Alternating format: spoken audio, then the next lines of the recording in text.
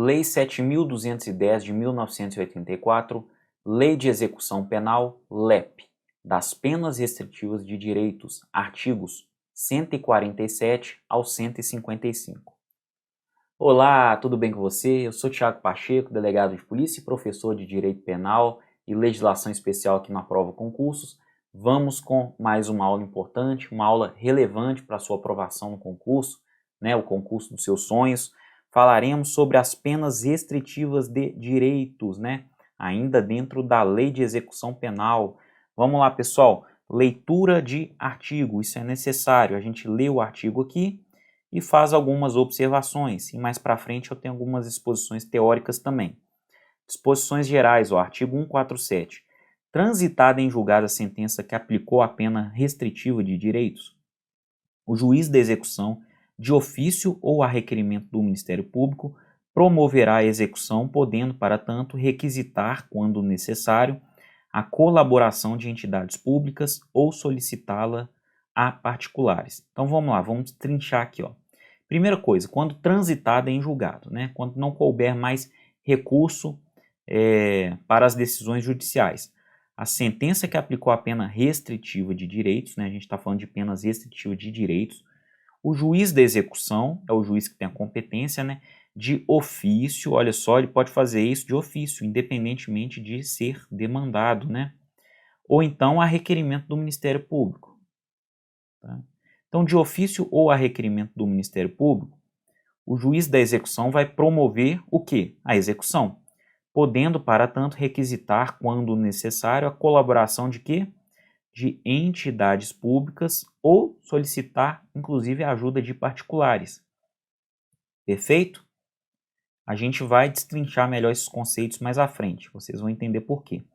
Em qualquer fase da execução, poderá o juiz motivadamente alterar a forma de cumprimento das penas de prestação de serviço à comunidade e de limitação de fim de semana, ajustando-as às condições pessoais do condenado e às características do estabelecimento, da entidade ou do programa comunitário ou estatal. Perfeito? Observação, pessoal. Espécies de pena alternativa. Seguindo a tendência do direito penal moderno, elas buscam eliminar a pena privativa de liberdade de curta duração por não atender satisfatoriamente às finalidades da sanção. Então nós temos o quê? Uma pena restritiva de direitos. Em tese, ela promoverá mais benefícios à sociedade e ao próprio condenado do que uma pena muito curta, privativa de liberdade. Provavelmente, ele já entraria num regime aberto de pena, e isso surtiria menos efeito prático do que propriamente as penas restritivas de direitos. Perfeito? A ideia é esta. A substituição da prisão por penas alternativas, é direito subjetivo do condenado ou é uma faculdade do juiz sentenciante? Pessoal, de acordo com a maioria, a sanção alternativa deve ser compreendida como um direito público subjetivo, tá? É um direito público subjetivo do réu. De modo que, se presentes as exigências legais, as condições, os requisitos, impõe-se a sua concessão. Então, olha só, pessoal, não é uma faculdade do julgador, não é uma faculdade do juiz da execução, é um direito público subjetivo do réu, desde que atendidos, os requisitos, as condições, essa pena, restritiva de direitos, ela deverá ser imposta, tá? Não é uma faculdade do juiz. Espécies de penas restritivas de direitos, As penas restritivas de direitos dividem-se em 5 espécies. Elas podem ser pessoais, tá? 5 espécies, pessoal, que estão em 2 grandes grupos, Podem ser pessoais ou reais. As penas restritivas de direitos pessoais são prestação de serviço à comunidade ou entidades públicas, tá? Então aqui, primeira delas aqui eu tenho uma gaguejada, vamos lá. Prestação de serviço à comunidade ou entidades públicas é a primeira. Segunda, interdição temporária de direitos, tá? E terceira, limitação de fim de semana. A gente vai estudar cada uma delas. E elas podem ser também reais, tá? Primeira delas, prestação pecuniária. E segunda, perda de bens e valores. Por isso reais, né, pessoal? Por isso são reais, né? Prestação pecuniária, que é dinheiro, e perda de bens e valores, né? Dinheiro ou bens também, reais. E essas aqui são pessoais. Então são 3 penas restritivas pessoais e 2 penas reais, tá joia? Agora vamos lá, vamos ver um por um. Prestação de serviços à comunidade ou entidades públicas. A prestação de serviços aplicável às condenações superiores a 6 meses de privação de liberdade consiste na execução de atividade à comunidade ou a entidades públicas, por exemplo, hospitais, escolas, orfanatos, programas comunitários, tá joia? Pessoal, atenção, a prestação de serviço ela é aplicável às condenações superiores a 6 meses, tá? De privação de liberdade. Tem que ser superior a 6 meses. E será decretada de forma gratuita, de acordo com o artigo 30 da LEP, sem gerar vínculo empregatício com o Estado, devendo ser observadas para as retribuições das tarefas as aptidões do reeducando. Pessoal, isso aqui não é trabalho. Prestação de serviço à comunidade ou entidade pública não é trabalho, tá? O trabalho é cumprido pelo preso que está cumprindo a pena privativa de liberdade. Quem está cumprindo a pena restritiva de direitos não tem a obrigação de trabalhar. Nesse caso aqui, estamos diante de uma outra situação, tá? É uma outra situação. O sujeito presta serviços à comunidade. E a pena dele é essa. Não faria o menor sentido ele ser remunerado por isso, porque ele está cumprindo uma pena, tá? Ele está cumprindo uma pena. Então não vamos confundir com o trabalho do preso, tá? Por isso não é remunerado. Observando, né, igual eu falei, as aptidões do reeducando, né? Não faz sentido você colocar, por exemplo, um médico, às vezes ele é médico, está cumprindo pena, né, para capinar uma via pública. É melhor colocar ele dentro de um hospital para, né, salvar vidas, né, dentro ali do pronto-socorro. É muito mais efetivo. Então você precisa ver a aptidão pessoal do condenado para impor esse cumprimento de pena, tá? Essa prestação de serviço à comunidade ou entidade pública.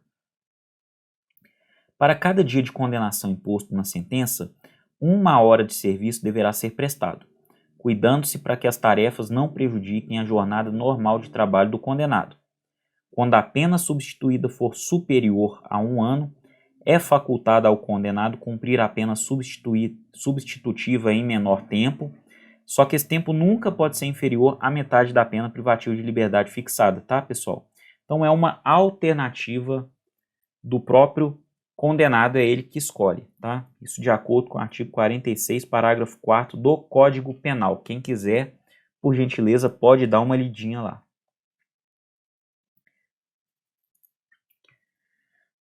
Lá não, né? Eu trouxe aqui. Então vamos ler agora, ó, da prestação de serviços. Ah, não, ó, minto, tô falando bobagem. A gente continua na LEP, né?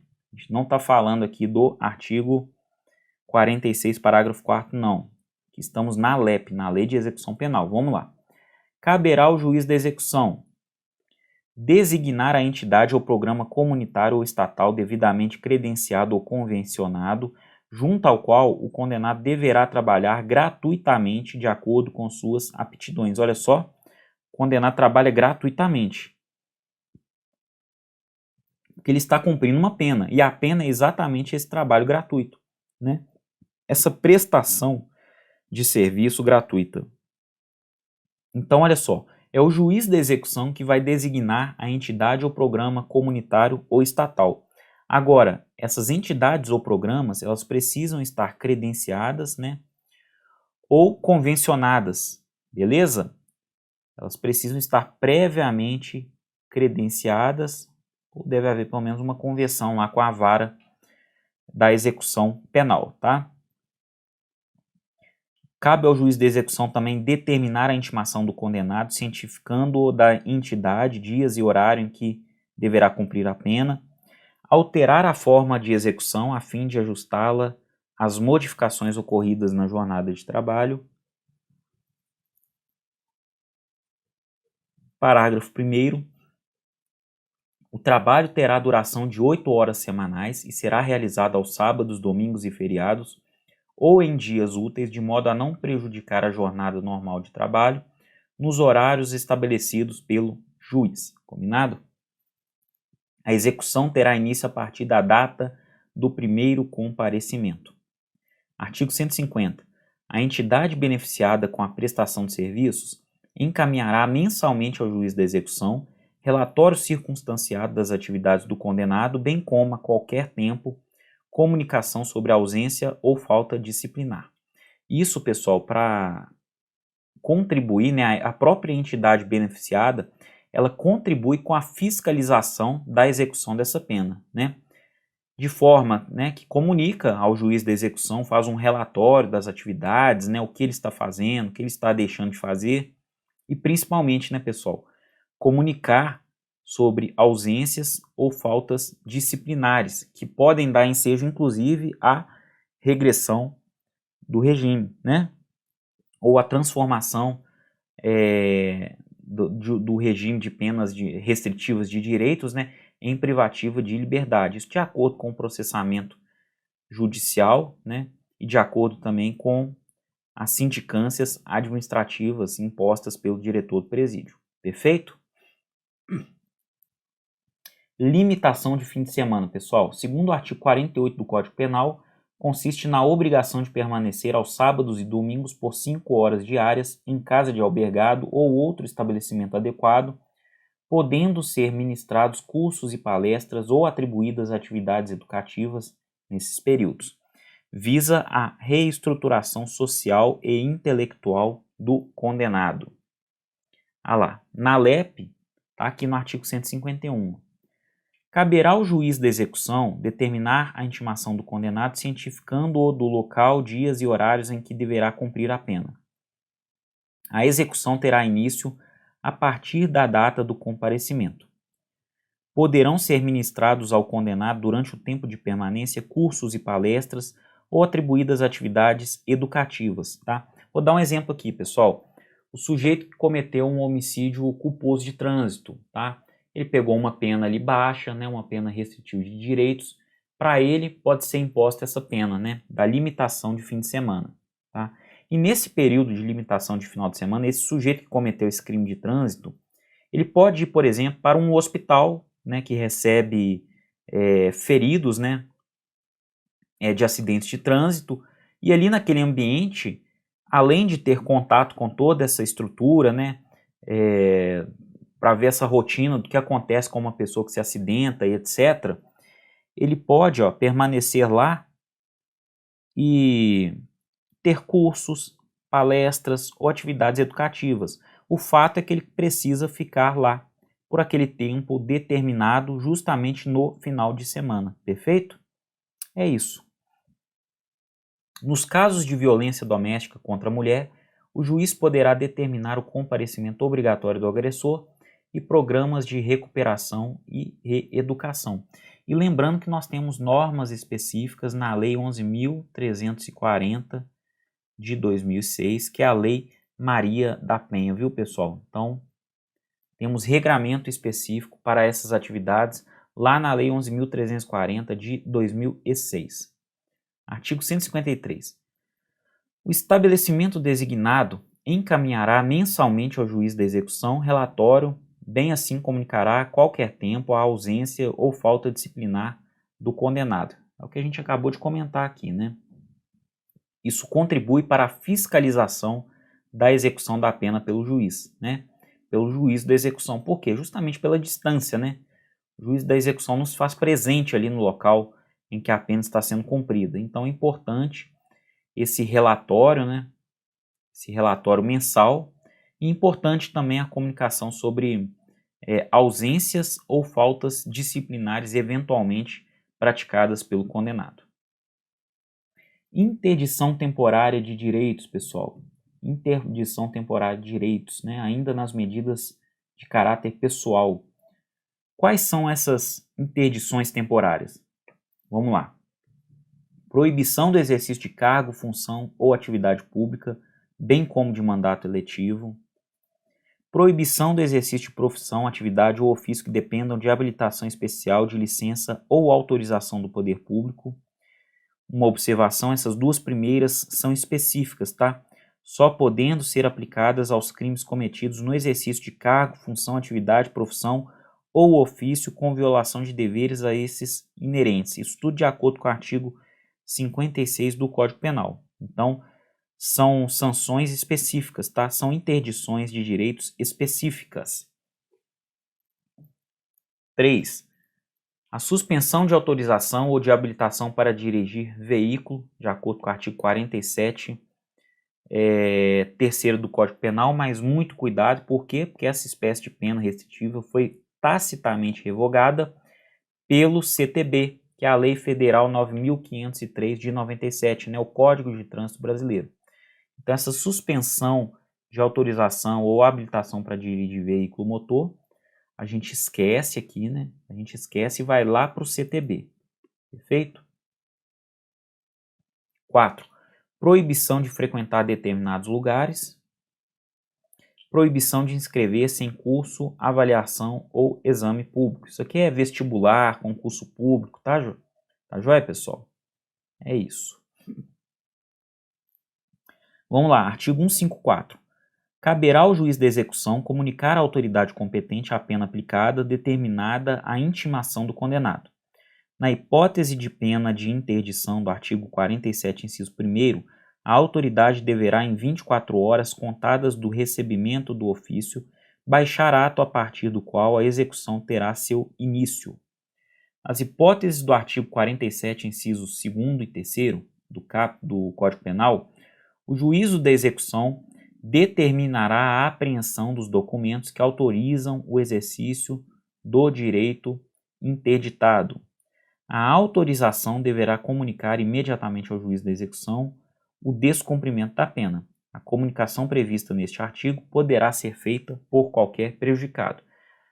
Nada de especial nesses artigos que foram lidos, né, pessoal? O regramento, né, o processamento da pena. Prestação pecuniária, pessoal. Agora a gente vai falar das penas reais, né? As penas restritivas de direito de natureza real. Prestação pecuniária e perda de bens e valores, né? Vamos lá. Prestação pecuniária. Ela consiste no pagamento em dinheiro à vítima, a seus dependentes ou à entidade pública ou privada com destinação social de importância fixada pelo juiz não inferior a um salário mínimo, nem superior a 360 salários mínimos, tá? O valor pago a título de prestação pecuniária será deduzido do montante da eventual condenação em ação de reparação civil, se coincidentes os beneficiários. Então, essa prestação pecuniária ela pode ser dirigida à vítima, seus dependentes, ou então, pessoal, a uma entidade pública ou privada com destinação social. E lembrando, mais uma vez, a importância não pode ser inferior a um salário mínimo, e nem superior a 360 salários mínimos, tá? Então temos aí valor mínimo e valor máximo. Perda de bens e valores, pessoal. Perda de bens e valores. A perda de bens e valores dar-se-á ressalvada a legislação especial em favor do Fundo Penitenciário Nacional. Então, essa perda de bens e valores ela não acontece a favor da vítima, seus dependentes, né?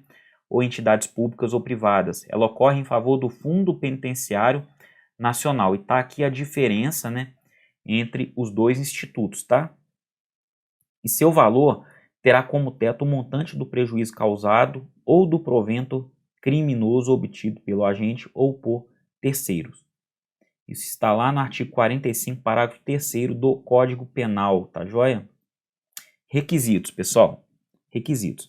Os requisitos para a substituição da pena privativa de liberdade por restritivas de direitos estão previstos no artigo 44 do Código Penal e variam de acordo com a espécie de delito praticado. Então, pessoal, estamos falando dos requisitos das penas restritivas de direitos, tá? Todas. Nós vimos aí 2 grupos, né, contendo 5 tipos de pena. Vamos lá. Primeiro requisito, substituição da pena nos crimes dolosos. Vamos lá. Nos crimes dolosos, a substituição da pena privativa de liberdade depende do preenchimento de 4 requisitos: 2 de natureza objetiva e 2 de natureza objetivo-subjetiva. Vamos a eles. A pena aplicada não pode ser superior a 4 anos. O crime tem que ser cometido sem violência real ou grave ameaça à pessoa, tá? Aqui o caráter objetivo. E o caráter objetivo-subjetivo, não ser o condenado reincidente em crime doloso. A gente está falando aqui de uma circunstância do próprio condenado, né? Ele não pode ser reincidente em crime doloso. E ele precisa, né, essa pena deve ser indicada e suficiente à substituição da pena, tá? Essa medida, aliás, deve ser indicada e suficiente para a substituição da pena. Esses são os pré-requisitos aí para a substituição da pena, né, privativa de liberdade nos crimes dolosos. E temos a substituição da pena nos crimes culposos, pessoal. Nos culposos, né, qualquer que seja a pena, não importando o delito cometido, aí não importa, que é um delito culposo, né, cometido com negligência, imprudência ou imperícia, permite-se a substituição da pena privativa de liberdade em restritiva de direitos, independentemente de qualquer coisa, tá joia, pessoal? Regras da substituição. O Código Penal, no artigo 44, parágrafo 2º, anuncia se a sanção privativa de liberdade imposta na sentença não suplantar 1 ano, deverá ser substituída por multa ou por uma pena restritiva de direitos, se superior a 1 ano. O juiz deve optar entre substituí-la por uma pena restritiva de direitos e multa ou por 2 restritivas de direitos. Então vamos lá, no quadro aqui fica mais fácil de visualizar isso. Penas iguais ou inferiores a 1 ano, para as penas iguais ou inferiores a 1 ano, a gente substitui a pena privativa de liberdade por uma pena restritiva de direitos ou uma pena de multa, tá? Uma restritiva de direitos ou uma de multa.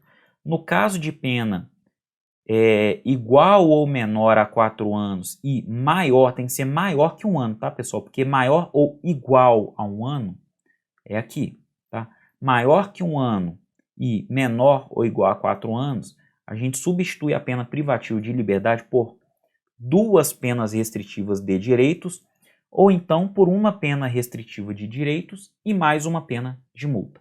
Perfeito? É assim que funciona. Conversão. A conversão é um fenômeno inverso, né? Depois de substituída a prisão por restritiva de direitos, a pena volta a ser privativa de liberdade, né? São hipóteses dessa conversão: descumprimento injustificado da restrição, então essa pena restritiva volta a ser privativa de liberdade no caso de descumprimento injustificado da restrição, no caso de superveniência de condenação por outro crime ou outras hipóteses de conversão. O artigo 181 da LEP prescreve outras hipóteses de conversão da pena restritiva, né, em pena privativa de liberdade.